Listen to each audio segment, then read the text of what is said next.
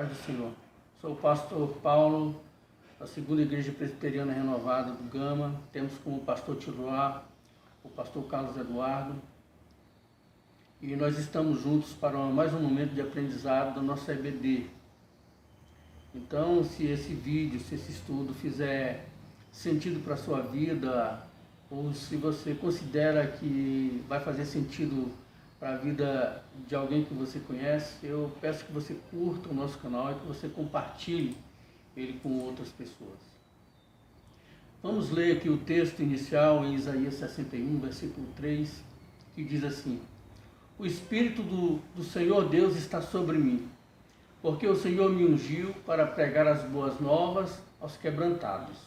Enviou-me a curar os quebrantados de coração, a proclamar libertação aos cativos e a pôr em liberdade os algemados, a apregoar o ano aceitável do Senhor e o dia da vingança do nosso Deus, a consolar todos os que choram e a pôr sobre os que estão em Sião de luto uma coroa em vez de cinza, óleo de alegria em vez de pranto, veste de louvor em vez de espírito angustiado.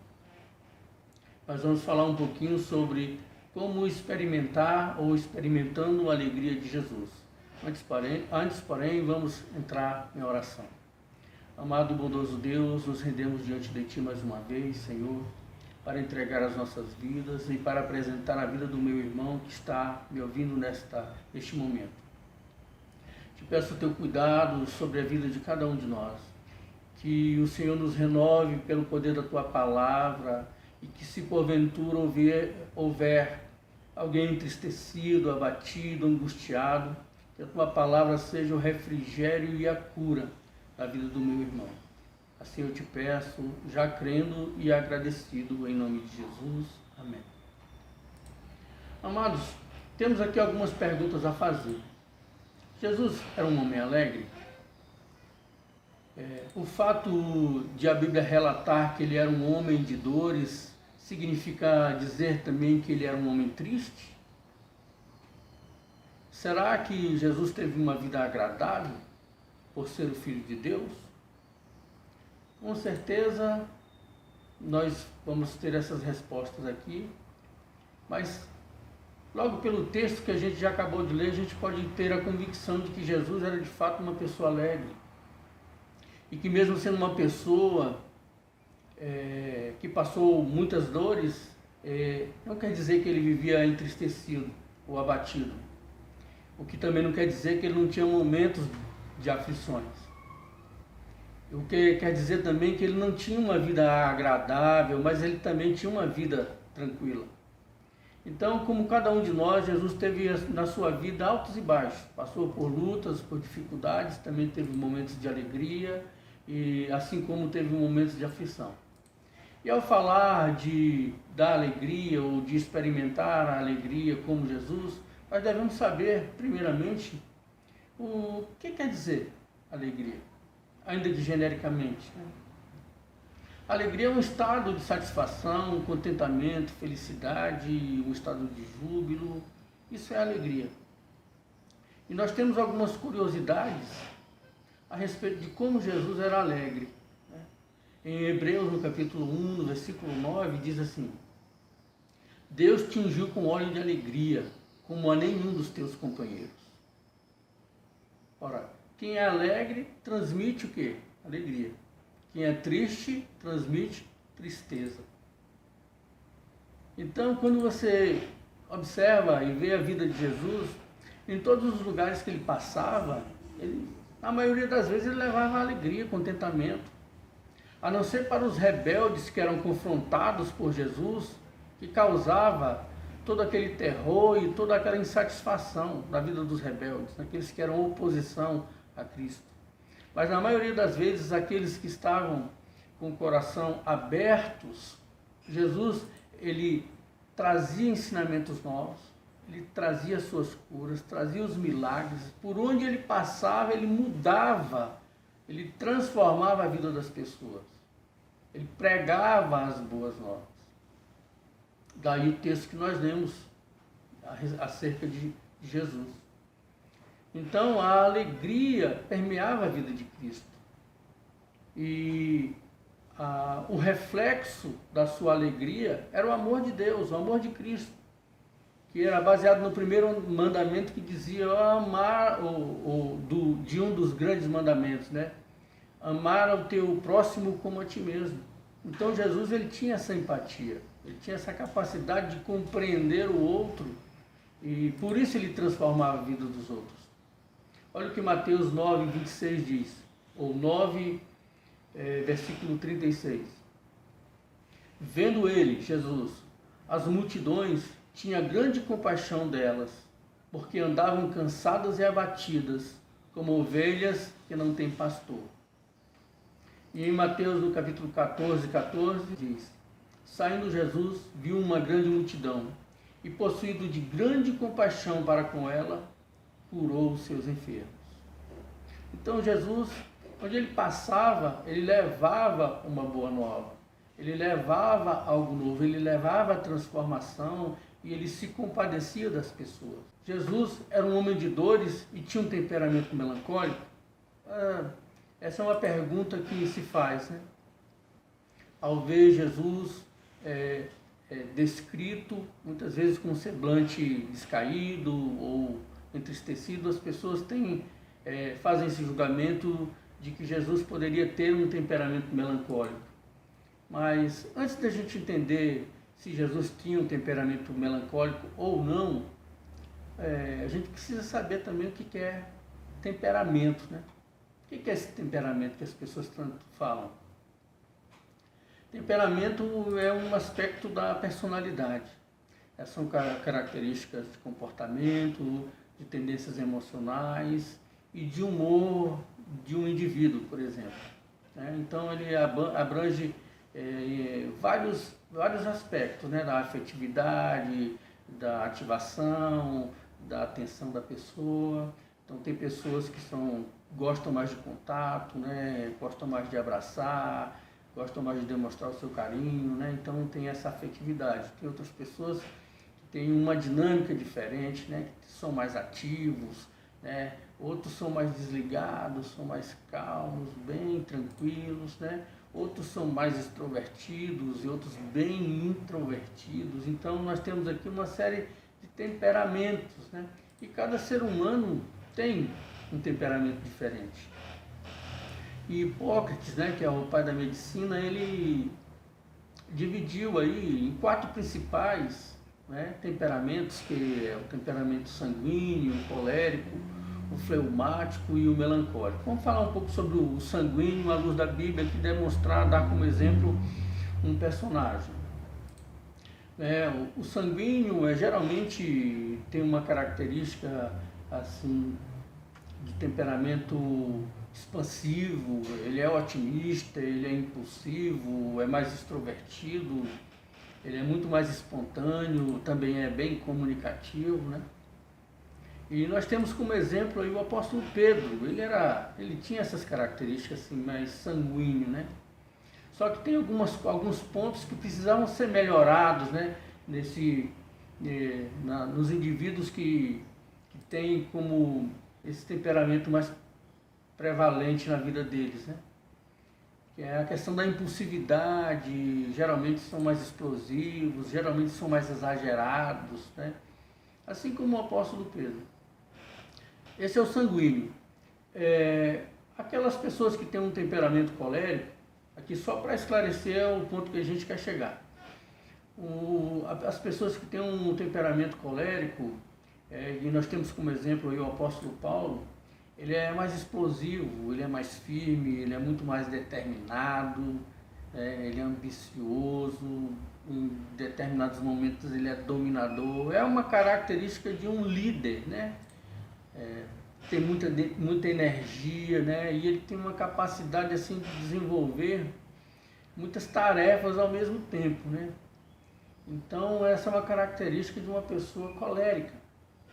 Mas existem alguns pontos aí que são o calcanhar de Aquiles dele, né? Precisam melhorar muito, né? Que são pessoas muito nervosas, são pessoas muito intolerantes, muito impacientes. Às vezes eles conversam parece que está brigando, né? Mas na realidade não é que ele está, talvez é uma forma de se expressar, porque ele tem um temperamento mais colérico. Então nós temos um personagem bíblico que se encaixa bem aí nesse perfil.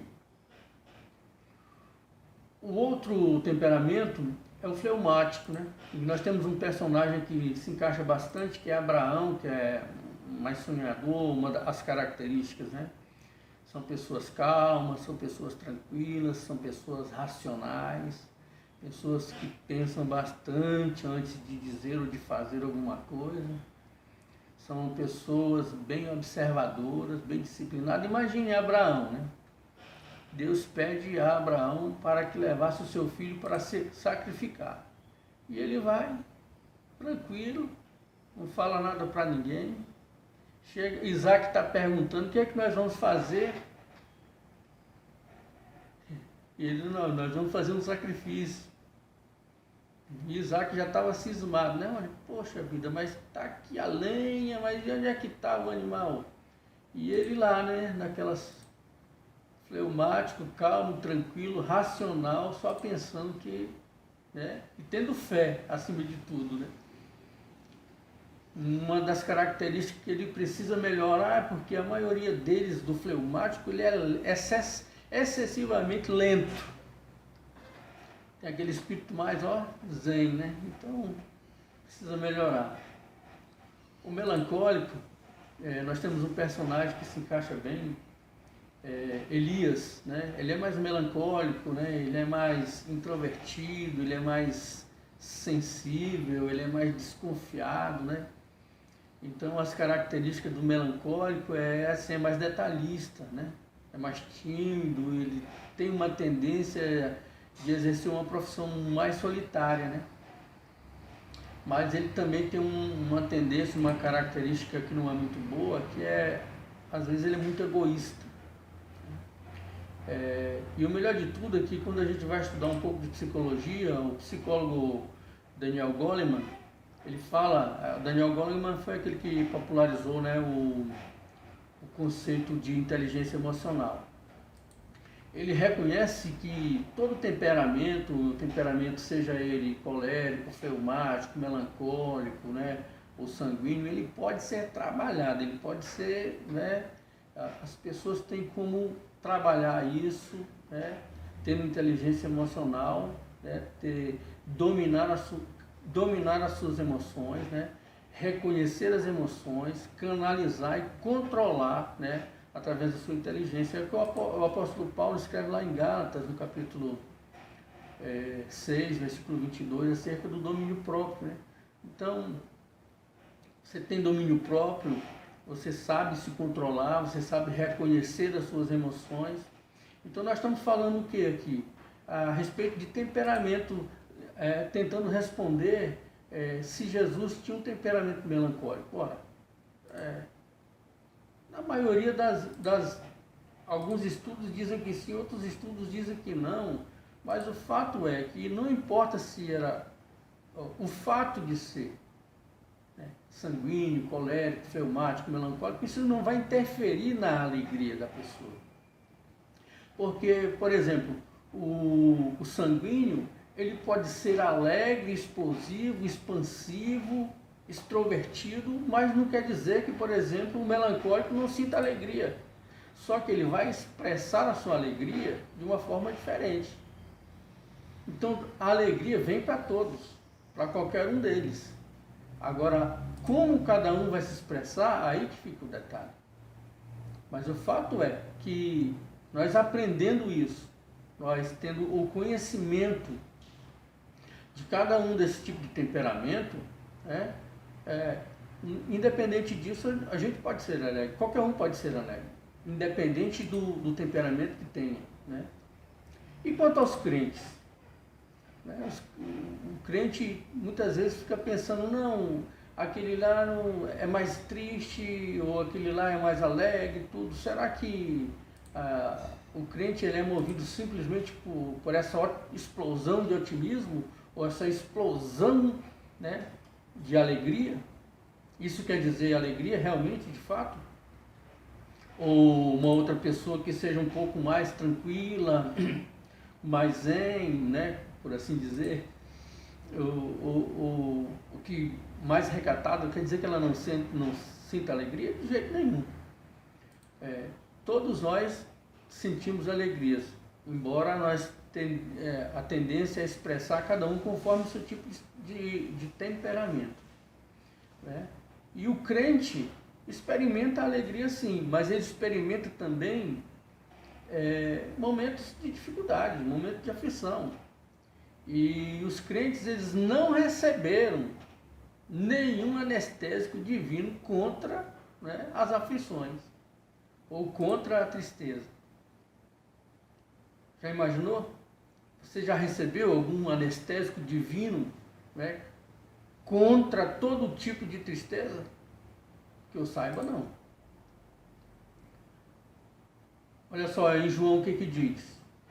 No mundo tereis aflições, mas tende bom ânimo, porque eu venci o mundo. Olha só o que ele está dizendo. Olha, no mundo vai existir aflição, no mundo vai existir dificuldade. O crente, ele não pode ficar o tempo todo vivendo, pensando em ter essa alegria.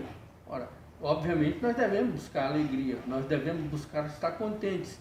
Mas se houver aflição, isso não é motivo para desespero. Se vier a tristeza, isso não é motivo de ficar totalmente desesperado, não. No mundo tereis aflições, mas tende bom ânimo. Eu venci o mundo. E qual é a fonte de alegria do crente? Porque nós temos a fonte de alegria do crente e a fonte de alegria do não crente. Os primeiros crentes, os primeiros cristãos no Novo Testamento, eles eram reconhecidos por um momento exuberante ali, um momento de alegria, um momento de singeleza, um momento de unanimidade, um momento em que eles viviam um novo tempo. Em Atos, no capítulo 2, no versículo 46, diz assim: diariamente perseveravam unânimes no templo, partiam pão de casa em casa e tomavam as suas refeições com alegria e singeleza de coração.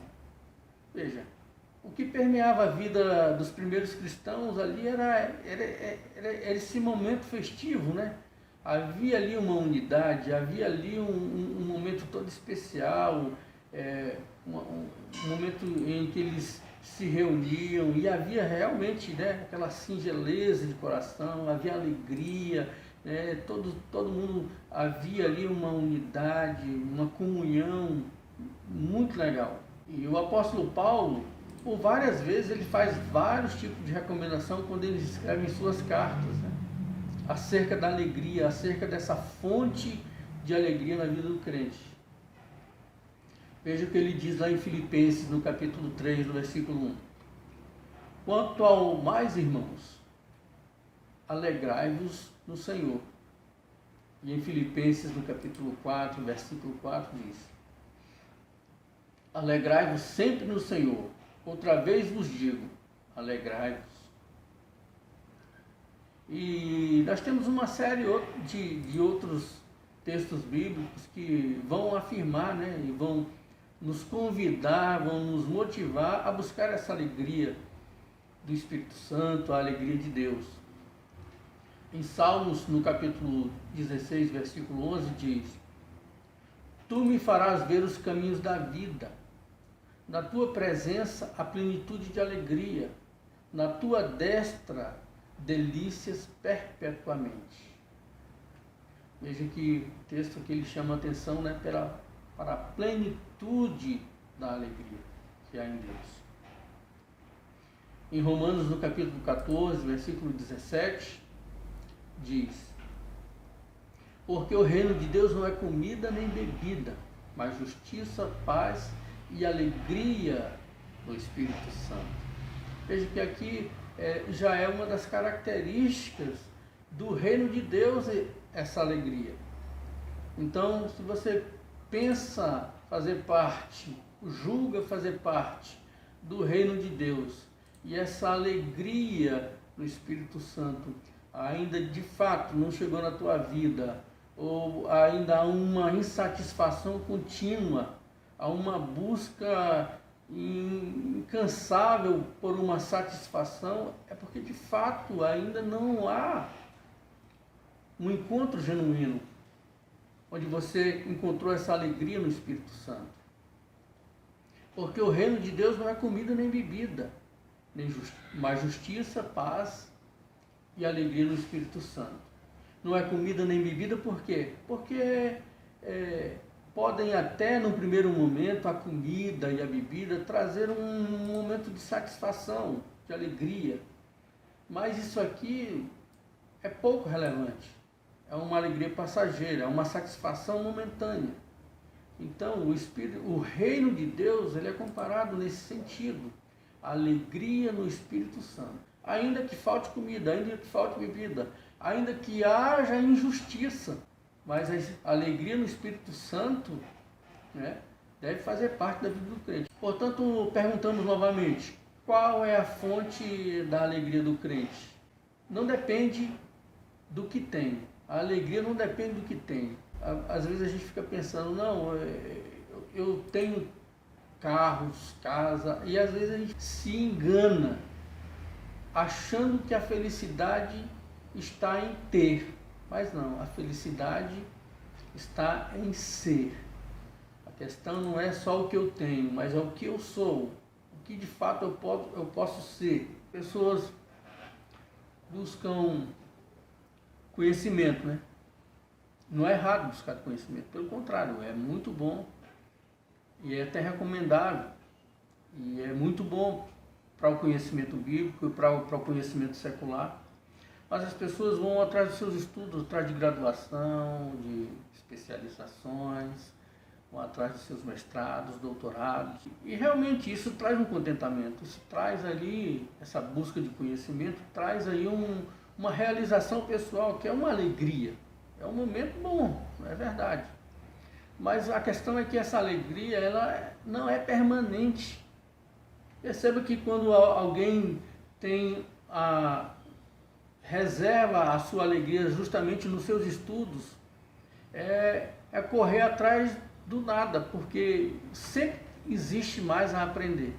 Se ele faz uma graduação, se encerra aquele ciclo, ele se forma, recebe lá o seu certificado, tem uma cerimônia, ele com toda a alegria, bem merecida, por sinal, ele recebe ali aquele diploma, tem aquele momento de alegria, mas logo ele passa aquela alegria.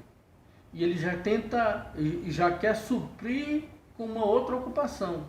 Aí vai fazer uma especialização, gasta o tempo, outro sacrifício. Tem valia? Claro, obviamente tem valia, o conhecimento é bom. Mas aí ele se forma novamente e daí vem a sua formatura e novamente ele já quer partir para outra. Porque o conhecimento ele é contínuo. E a alegria, se a pessoa basear a sua alegria tão somente nessa busca de conhecimento, ele vai se frustrar. E ver frustrado porque não existe como a pessoa se saciar, né, ou ter a sua alegria plena em coisas que são permanentes, ou em momentos que não são permanentes, melhor dizendo. Logo vem o descontentamento. Então, seja o que você for fazer, se não for movido pelo Espírito de Deus, o descontentamento vem. As pessoas também podem gastar o seu tempo ou gastar a sua vida, né, na aquisição de bens, que também não é errado. Você comprar uma casa, você comprar um carro, né, não é errado, não é errado. Mas você gastar a sua vida tão somente para ter, você vai ter uma alegria que também não é permanente. Compra um carro hoje, você troca o carro, faz um curso hoje, você quer fazer outro depois. Você compra uma casa, quer trocar por uma melhor. Mora numa cidade, quer mudar para uma outra melhor. Tem pessoas que vão além, né? Tem um namorado, quer trocar de namorado. é casado, quer trocar de esposa ou de esposa, nunca vai se satisfazer. Por quê? Porque o descontentamento ele está sempre na vida, né? Permeando a vida das pessoas. É impossível suprir, né, a nossa alegria com as coisas que nós temos. Nós temos é que ser, nós temos é que vivenciar, nós temos que aprender de Deus. O descontentamento ele está sempre vindo, mas experimentar a alegria de Cristo, viver a alegria de Cristo em nossas vidas, isso sim, é uma alegria plena, é uma alegria completa. Mas muitas vezes a gente se pega aqui, como o descontentamento está batendo na minha porta, aí para entender o ser, para entender quem você é, para entender a ação de Deus na sua vida, é necessário você visitar lá a casa do oleiro, né? Ver o barro que você era, ver como Deus te transformou e em que Ele te transformou, a nova vida que Ele te deu. Então, para ser, é necessário fazer essa revisitação lá no oleiro e ver o barro que você era, e ver como Deus fez em você e o que Ele fez em você, te transformando numa nova criatura, te dando uma nova vida. Isso sim é permanente, esse contentamento é permanente. Veja que o apóstolo Paulo, um homem que era extremamente culto, e ele fez muitas aquisições de conhecimento. Era um doutor da lei, era um fariseu, lia muito, falava vários idiomas. Isso tudo era aquisição de conhecimento. Mas ele surpreende aos filipenses e também surpreende cada um de nós, quando ele revela que fez uma das maiores aquisições da sua vida. Ele diz: eu aprendi, olha só, ele aprendeu, ele adquiriu. Eu aprendi a viver contente em toda e qualquer situação. Olha só, contente. Ele aprendeu a viver alegre, ele aprendeu a viver satisfeito em toda e qualquer situação. Contente com o quê? Contente com a sua sorte. Que antes ele era um doutor da lei, ele se tornou um escravo de Cristo. Olha só, contente. Contente com a sua fortuna, porque estava antes, né? Ou antes não, um romano que era, agora perseguido. Era o contrário, né? Os romanos perseguiam os judeus, mas ele era o contrário, né? Era romano, também judeu, né? E perseguido pelos judeus. Então ele era contente com o quê?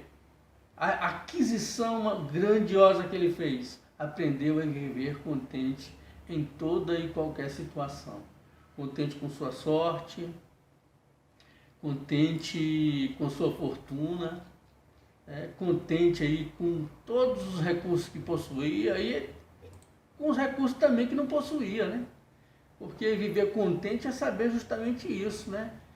Viver, saber se sentir nutrido, né? Com as coisas que tem e com as coisas que também não tem. Né? Esse é o grande dilema da alegria de Cristo, é você ter essa capacidade de viver feliz, contente em qualquer situação. E o apóstolo Paulo revela que essa foi uma grande aquisição que ele fez de conhecimento na vida dele. Aprendeu. Olha, não é que ele tinha, não. Se ele tivesse, ele não falava que aprendeu. Logo, nós todos temos que aprender. Veja só, todos nós temos que aprender o tempo inteiro. Mas aprender a viver contente no meio da dificuldade, viver contente no meio da luta, viver contente mesmo com todas as intempéries da vida, isso aí de fato é um grande presente, é uma grande aquisição, né, na vida de qualquer crente.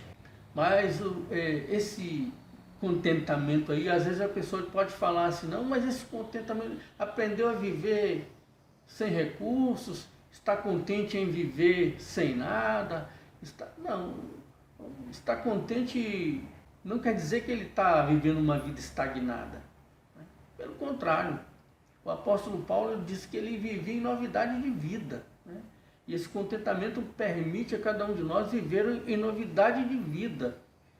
Viver dia após dia enxergando a vida de forma diferente. Com esse contentamento que só Deus pode nos oferecer, nos presentear. Então, viver fora desse contentamento, dessa alegria de Cristo, só vai nos produzir, sabe, uma vida amarga, uma vida cheia de coisas ruins. E não somente isso, atraindo coisas ruins. O interessante é que quando a gente vai falar sobre contentamento, isso aí não é matéria que se ensina na escola. Com certeza o apóstolo Paulo ele não aprendeu, né, aos pés de Gamaliel o contentamento, senão ele teria sido outra pessoa. Mas ele aprendeu tendo experiência com Deus. E esse contentamento que nós devemos buscar e experimentar é vivendo em intimidade com Deus. O contentamento é isso. Não dá para aprender na escola. Você pode aprender no máximo o conceito, como eu falei aqui no início da nossa conversa. O conceito qualquer um de nós pode dar. O conceito cada um pode aprender. Mas de fato compreender e viver, aí é outro assunto. Então o apóstolo Paulo, ele diz, eu aprendi. E ele não somente aprendeu a viver contente, a viver feliz, ensina a viver com alegria, a buscar a viver com alegria. Então não importa o temperamento, o apóstolo Paulo ele tinha um temperamento que ele era um colérico, né? E não importa o temperamento do indivíduo, não importa se você é colérico, não importa, obviamente tem características boas e características que precisam ser melhoradas em cada um de nós. Mas não importa o temperamento do indivíduo, se é sanguíneo, se é colérico, se é fleumático, se é melancólico. Quando você busca Deus, com certeza Deus vai te conceder essa dádiva, esse presente, que é aprender a viver contente, a experimentar a alegria no Espírito Santo. O Spurgeon, né? Ele traz uma ilustração bastante interessante quando fala a respeito justamente do contentamento e do descontentamento. Ele diz que o descontentamento e a murmuração estão para o homem como as ervas daninhas estão para o jardim. Não é preciso plantar semear a erva daninha no jardim. Você não precisa, não. Naturalmente nasce. Você pode cuidar de todas as formas, estar vigiando o tempo inteiro. Volta e meia aparece uma erva daninha. E é assim que acontece na vida do homem. O descontentamento e a murmuração aparecem na vida do homem desse jeito, naturalmente. Não é preciso ensinar o homem a ser murmurador. Não é preciso ensinar para o indivíduo a ser descontente. Não precisa. Esse descontentamento, essa murmuração vem naturalmente. Quando você menos espera, vem a murmuração. Quando você menos espera, você já está descontente com algo, descontente com aquilo outro, com que alguém falou algo. Então não é preciso, sabe, semear nada. Não é preciso semear, assim como não é preciso semear erva daninha no jardim, para que elas nasçam, não precisa. Elas vão nascer naturalmente. Da mesma forma, na vida do homem. O descontento e a murmuração chega sempre. Mas da mesma forma que no jardim, o jardim precisa ser vigiado, precisa ser regado, precisa ser cuidado. Da mesma forma que no jardim precisa de um cuidado todo especial, constante, precisa ser regado. Assim também é preciso você cuidar da sua alegria. É necessário que você cuide deste sentimento seu. É necessário que você se policie o tempo inteiro, estar olhando para dentro de você mesmo, para que quando alguma tristeza, alguma angústia chegar a bater a porta, você identifica logo e diz, olha, não quero nem saber. Ou quando vier a murmuração, ou quando vier, sabe, o descontentamento, você tem que se policiar, você tem que reconhecer, você tem que se cuidar. Olhar para dentro de si mesmo reconhecer a sua alegria, a alegria que há em Cristo Jesus. Em Neemias, no capítulo 8, no versículo 10, diz que a alegria do Senhor é a vossa força. A alegria do Senhor é a vossa força, ou a nossa força. A alegria é exultação, é regozijo, né? É júbilo. A alegria é representada por esses momentos, né? de exaltação. Na maioria das vezes as pessoas pensam que é só isso. Tá alegre, tá exuberante, tá expansivo, tá falando alto, mas a alegria não é só isso. A alegria também é sustentada pela fé na maioria das vezes. A alegria é sustentada pela fé, porque quando vem a luta, quando vem a dificuldade, quando vem os problemas da vida, aí que a exultação e o regozijo, eles dão lugar para a fé, e a fé que sustenta. Nesse momento a fé que vai sustentar, nesse momento que a fé vai sustentar. Então, a alegria não é só exultação e nem só regozijo, não. É fé muitas vezes, né? E o apóstolo Paulo, ele diz que nós devemos nos munir, né, desta ferramenta que é a fé, porque em muitas situações a nossa mente é alcançada por dardos inflamados, primeiramente na nossa mente, para tentar, minar a nossa confiança e a nossa fé. Ele diz em Efésios 6,16: embraçando sempre o escudo da fé, com o qual podereis apagar todos os dardos inflamados do maligno. Ou seja, a fé é elemento essencial para que, é uma base para que a alegria seja permanente nas nossas vidas, seja contínua. Ainda que ela não seja de exultação e de júbilo, mas de fé.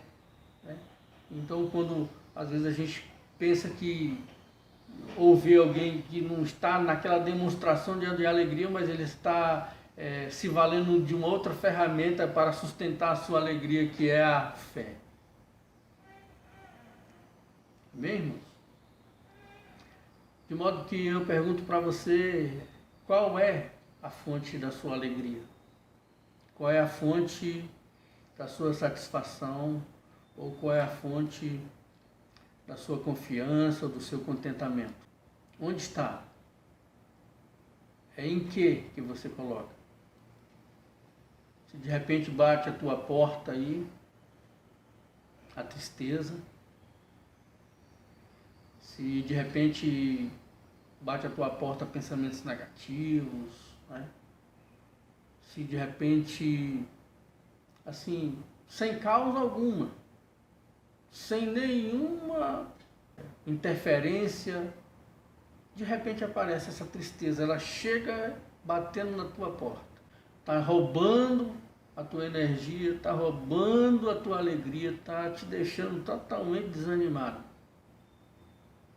O que você faz? Onde está a fonte da sua alegria? Nas coisas, no ter ou no ser? Reconheça a tristeza. E reconheça quando a sua alegria está sendo minada. E não permita que a tristeza tome lugar da alegria. Jamais. Por isso que você tem que ter essa inteligência emocional de compreender e identificar os seus sentimentos. Deus te deu inteligência para isso. Identifica, a tristeza está vindo, peraí, o que está acontecendo? Não vou admitir que essa tristeza tome conta do meu ser, ou tome conta da minha vida. O texto de Neemias diz que a alegria do Senhor é a tua força. Está abatido? Está desanimado? Está, sabe, com as energias todas exauridas? Lembre-se, a alegria do Senhor é a tua força. Lembre-se de Salmo 30, versículo 5, que diz: ao anoitecer pode vir o choro, mas a alegria vem pela manhã. Que texto bonito esse, né? Não somente bonito, mas é uma arma, é uma promessa e é viva nas nossas vidas. E o texto que nós lemos no início que diz que Cristo veio para pôr sobre os que em Sião estão de luto uma coroa. Uma coroa em vez de cinza, óleo de alegria em vez de pranto, vestes de louvor em vez de espírito angustiado.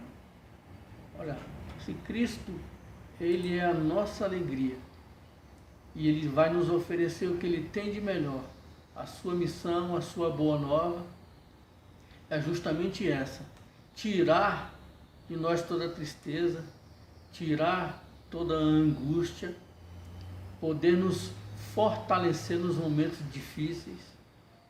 Olha só o que diz João 16, 22. Assim também agora vós tendes tristeza, mas outra vez vos verei, e o vosso coração se alegrará, e a vossa alegria ninguém poderá tirar. Percebe? Experimentar a alegria de Jesus nas nossas vidas.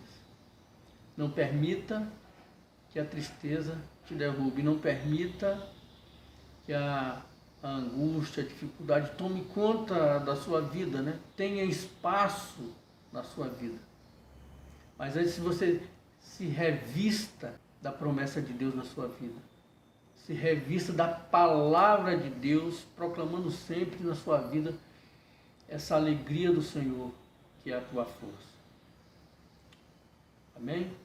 Então, eu quero apresentar a sua vida, pedir ao Senhor, se porventura houver alguma tristeza no seu coração, alguma coisa tentando invadir a tua alma, trazer um abatimento, pedir a Deus que o Senhor, de forma sobrenatural, encha a tua vida.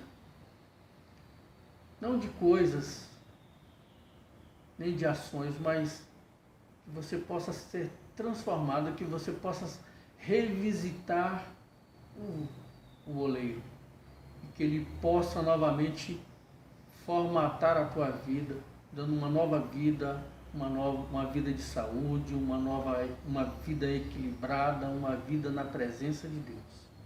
Que o Senhor te abençoe. Vamos orar ao Senhor. Bondoso Deus, mais uma vez nos rendemos diante de Ti, pedindo o Teu cuidado sobre cada um de nós, Senhor. Pai amado, e neste momento eu apresento a vida do meu irmão que me ouve agora, Senhor. E que por acaso, Senhor, se porventura estiver entristecido, abatido, seja pela perda de um ente, ou por qualquer motivo que seja, Senhor. Se uma tristeza chegou aí, Senhor, desavisadamente, sem motivo aparente, eu te peço, ó Deus, que o Senhor derrame agora um bálsamo de alegria na vida do teu filho, da tua filha. Que a tua bênção seja sobre a vida dela para curar. Se houver enfermo, que a tua bênção, Senhor, cure, restaure as energias, restaure o vigor, restaure a saúde. Eu te peço, Senhor, a tua bênção, em nome de Jesus. Amém. Senhor, me despeço, que o Senhor te abençoe e te guarde. Amém. Fica com Deus, tenha um excelente domingo.